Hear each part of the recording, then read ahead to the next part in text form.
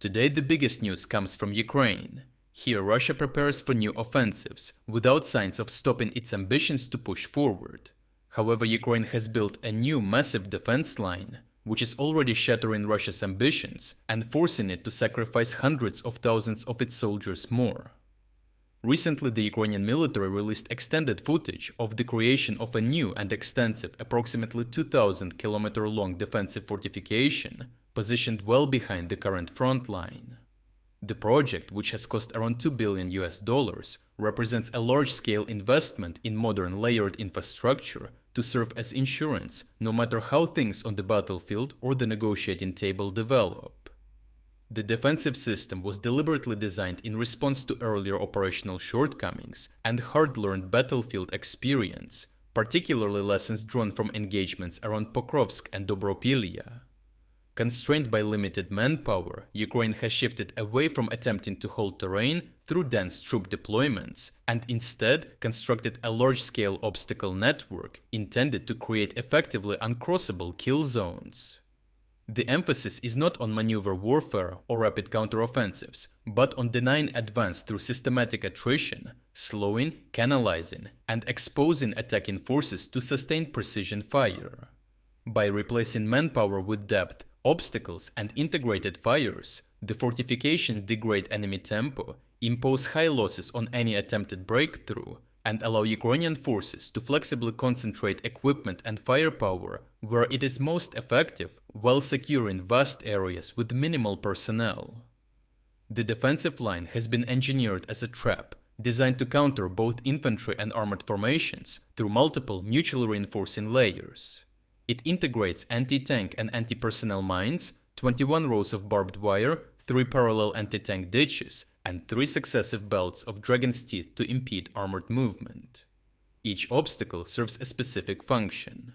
Minefields deny access, barbed wire disrupts infantry, reinforced ditches prevent use as cover, and interconnected dragon's teeth and wire limit rapid dismantling.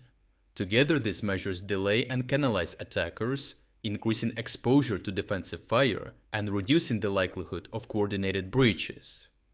Beyond the main lines, a dense network of micro-fortifications supports small drone operator teams with surveillance and strike reach approaching 20 kilometers, extending the defenses into a broad kill zone.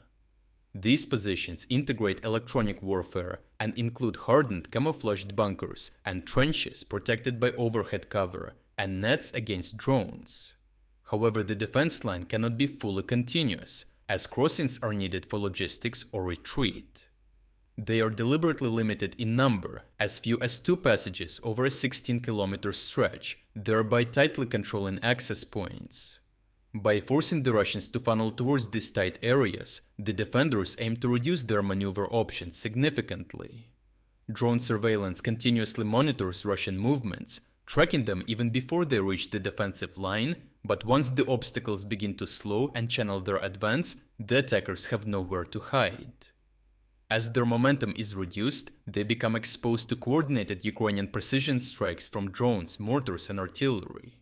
Moreover, hidden fortified positions located behind the obstacle belts provide the Ukrainians with protected firing positions and hideouts for infantry and drone operators. Under this defensive concept, successful Russian breakthroughs become statistically improbable. Even though the line could be breached through sustained and concentrated application of air power and artillery, the roughly 150-meter depth of the obstacle belt would necessitate enormous resources to create a viable passage. Even if certain sections are damaged and some Russian forces penetrate, they would still be forced to move through a tight zone under continuous multi-directional Ukrainian fire. Moreover, extensive bombardment is likely to transform the obstacles into a mixture of collapsed wire, shattered concrete, and even deeper craters, further complicating movement rather than easing it. As a result, any Russian push will effectively culminate in a defense system designed to absorb, degrade, and destroy attacking forces at a rate exceeding Russia's available combat power. Russian forces have historically struggled to achieve penetrations, even in sectors with minimal or no defensive fortifications, so a large-scale, continuous defensive line of this magnitude is likely to exert a significant psychological effect. Its depth and the extensive resources and manpower required to overcome it further amplify its deterrent impact, reinforcing both operational and morale-related constraints on any offensive. Overall, the newly constructed Ukrainian defense line is a preventive step toward any potential development and a preparation for even harsher attritional warfare, aimed at degrading the Russian offensive capacity if reached.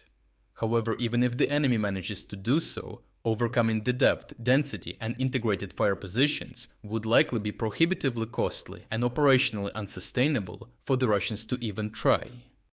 If you would like to explore other key developments today that we couldn't cover in this video, make sure to visit our interactive news map.